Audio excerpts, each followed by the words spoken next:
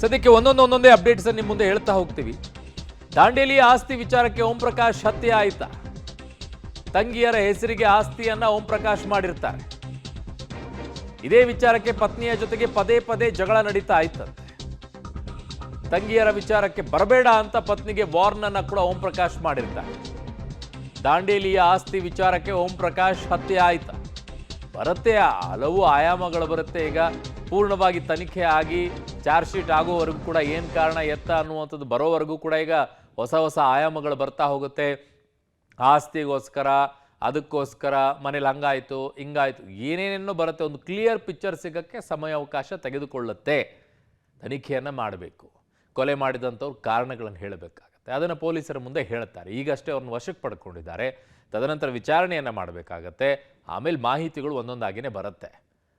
ಒಬ್ಬ ನಿವೃತ್ತ IPS ಅಧಿಕಾರಿ ಆಸ್ತಿಯ ವಿಚಾರದಲ್ಲಿ ತಂಗಿ ಕೊಟ್ಟಿದ್ದಕ್ಕೆ ಹೆಂಡತಿ ಈ ರೀತಿ ಕಿರಿಕಿರಿ ಮಾಡ್ಕೊಂಡ್ಬಿಟ್ಟು ಕೊಲೆ ಮಾಡೋ ಹಂತಕ್ಕೆ ಹೋಗುತ್ತೆ ಅಂತಂದರೆ ವಾಟ್ ಇಸ್ ದ ಮ್ಯಾಚುರಿಟಿ? ಅವ್ರ ಮನಸ್ಥಿತಿಗಳು ಹೇಗೆ ಅಂತ ಹಾಗಿದ್ದಾಗ ಬುದ್ಧಿಮತ್ತೆ ಎಲ್ಲಿಗೆ ಹೋಗಿದೆ ಅಂತ.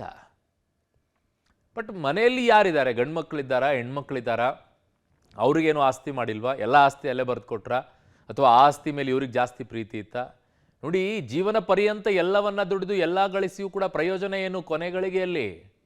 ಅದೇ ಅವ್ರಿಗೆ ಮುಳು ಆಗ್ಬಿಟ್ರೆ ಈ ಪರಿಸ್ಥಿತಿ ಹಂಗೆ ಆಗೋಗಿದ್ದಲ್ವಾ?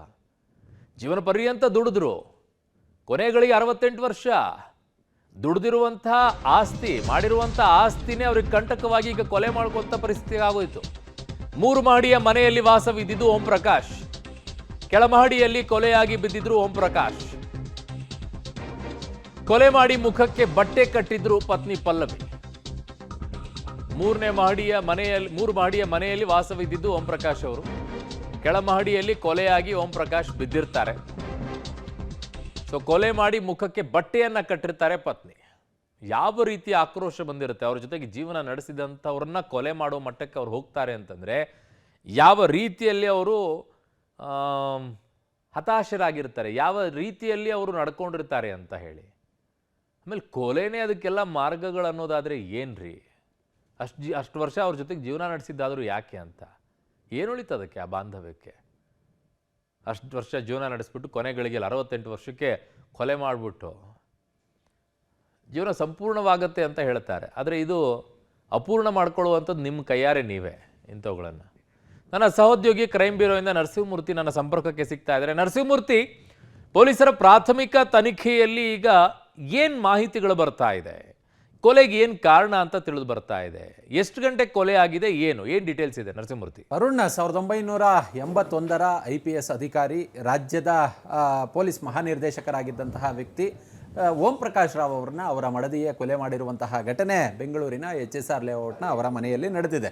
ಕೆಲ ದಿನಗಳಿಂದ ಪತಿ ಪತ್ನಿ ನಡುವೆ ಸಾಮರಸ್ಯ ಇರಲಿಲ್ಲ, ಸಾಕಷ್ಟು ಗಲಾಟೆಗಳಾಗ್ತಿದ್ವು, ಹೊಂದಾಣಿಕೆ ಇರಲಿಲ್ಲ.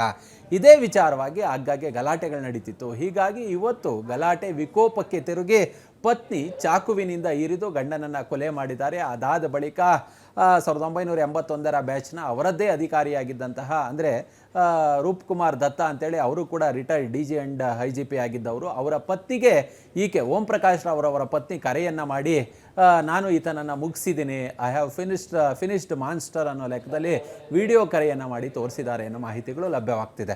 ಅದಾದ ಬಳಿಕ ಸ್ಥಳಕ್ಕೆ ದೌಡಾಯಿಸ್ತಾರೆ ಪೊಲೀಸರು. ಇದೆಲ್ಲವೂ ಕೂಡ ನಡೆದಿರೋದು ಸಂಜೆ ಒಂದು 4-5 ಗಂಟೆಯ ಅವಧಿಯಲ್ಲಿ. ಏಕಾಏಕಿ ಪೊಲೀಸರು, HSR ಲೇಔಟ್ ಪೊಲೀಸರು ಕೂಡಲೇ ಓಂ ಪ್ರಕಾಶ್ ಅವರವರ ಮನೆ ಬಳಿ ದೌಡಾಯಿಸ್ತಾರೆ. ಅದಾದ ಬಳಿಕ ಮೃತದೇಹವನ್ನು ಆಸ್ಪತ್ರೆಗೆ ದಾಖಲಿಸುವ ಕೆಲಸವನ್ನು ಮಾಡ್ತಾರೆ. ಅಂದರೆ ಆಗಿನ್ನೂ ಎಲ್ಲೋ ಪೊಲೀಸರಿಗೆ ಒಂದು ನಂಬಿಕೆ ಬದುಕಿರ್ಬೋದು ಹೇಗೋ ಅತ್ತ ಅಂತೇಳಿ ಆಸ್ಪತ್ರೆಗೆ ಸಾಗಿಸುವ ಕೆಲಸವನ್ನು ಮಾಡ್ತಾರೆ. ಅದಾಗಲೇ ಅಲ್ಲಿ ಆಸ್ಪತ್ರೆಯಲ್ಲಿ ವೈದ್ಯರು ಬ್ರಾಟ್ ಡೆಡ್ ಅಂತೇಳಿ ಡಿಕ್ಲೇರನ್ನು ಮಾಡ್ತಾರೆ. ಮತ್ತು ಈ ಒಂದು ಕೃತ್ಯವನ್ನು ನಡೆಸಿದಂತಹ ಪತ್ನಿ 3ನೇ ಮಹಡಿಯಲ್ಲಿ ಇರ್ತಾರೆ. ಪೊಲೀಸರು ಎಷ್ಟೇ ಕದವನ್ನು ಬಡಿದ್ರು ಕೂಡ, ಬಾಗಿಲನ್ನು ಬಡಿದ್ರು ಕೂಡ ಅವರು ತೆಗೆಯೋದಿಲ್ಲ. ಪೊಲೀಸರು ಸಾಕಷ್ಟು ಹರಸಾಹಸವನ್ನು ಪಟ್ಟೋದ್ರು ಬಾಗಿಲನ್ನು ತೆಗೆಸೋದಕ್ಕೆ ಅನ್ನೋ ಮಾಹಿತಿಗಳು ಕೂಡ ಲಭ್ಯವಾಗ್ತಿರೋದು.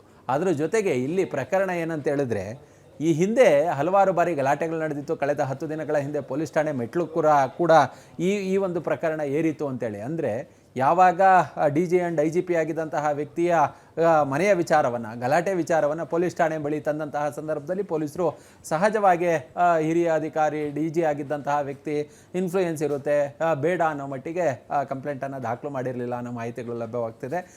ಮತ್ತು ಈ ಕಂಪ್ಲೇಂಟನ್ನು ಕೊಡೋದಕ್ಕೆ ಬಂದಿದ್ದಂತಹ ಓಂ ಪ್ರಕಾಶ್ ಅವರ ಪತ್ನಿಯನ್ನೇ ಸಮಾಧಾನ ಮಾಡಿ ಪೊಲೀಸರು ಕಳಿಸಿದ್ರು ಅಂತೇಳಿ.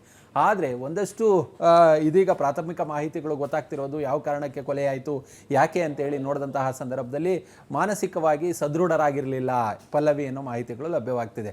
ಓಂ ಪ್ರಕಾಶ್ ಅವರ ಪತ್ನಿ ಮಾನಸಿಕವಾಗಿ ಸದೃಢರಾಗಿರಲಿಲ್ಲ, ಮತ್ತು ಒಂದಷ್ಟು ಮೆಂಟಲ್ ಇಲ್ನೆಸ್ಸಿಂದ ಬಳಲ್ತಿದ್ರು. ಹೀಗಾಗಿಯೇ ಇವತ್ತು ಕೊಲೆ ಮಾಡಿರಬಹುದು ಅನ್ನೋ ಶಂಕೆಯನ್ನು ವ್ಯಕ್ತಪಡಿಸ್ತಿದ್ದಾರೆ. ಅದಿನ್ನೂ ಕೂಡ ಕನ್ಫರ್ಮ್ ಇಲ್ಲ. ಪೊಲೀಸರು ಯಾವ ಆ್ಯಂಗಲಲ್ಲಿ ತೋರಿಸ್ತಾರೆ, ಇದು ಕೊಲೆಗೆ ನಿಖರ ಕಾರಣ ಏನು, ಅವರ ಮಾನಸಿಕ ಸ್ಥಿತಿ ಹೇಗಿತ್ತು, ಇದೆಲ್ಲವನ್ನು ಕೂಡ ವೈದ್ಯರು ಪರೀಕ್ಷೆಯನ್ನು ನಡೆಸಬೇಕಾಗುತ್ತೆ.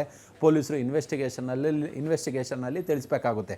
ಸದ್ಯ 1981 ಬ್ಯಾಚ್ನ ಅಧಿಕಾರಿ, ರಾಜ್ಯದ ಉನ್ನತ ಹುದ್ದೆಯಾದಂತಹ ಪೊಲೀಸ್ ಇಲಾಖೆಯಲ್ಲಿ DG ಆ್ಯಂಡ್ IGP ಪೊಲೀಸ್ ಮಹಾನಿರ್ದೇಶಕ ಹುದ್ದೆಯನ್ನು ಪಡೆದುಕೊಂಡಿದ್ದಂತಹ ವ್ಯಕ್ತಿ, ಅವರ ಸರ್ವಿಸ್ನಲ್ಲಿ ಸಾಕಷ್ಟು ಈ ತರಹದ ಕೊಲೆ ಪ್ರಕರಣಗಳನ್ನ ನೋಡಿರ್ತಾರೆ, ಅವುಗಳನ್ನ ಭೇದಿಸುವ ಕೆಲಸವನ್ನ ಮಾಡಿರ್ತಾರೆ. ಮತ್ತೆ ಇಂತಹ ವ್ಯಕ್ತಿ ಇದೀಗ ಹೆಂಡತಿಯಿಂದಲೇ ಬರ್ಬರವಾಗಿ ಕೊಲೆಯಾಗಿರೋದು ನಿಜಕ್ಕೂ ದುರಂತ ಅರುಣ್.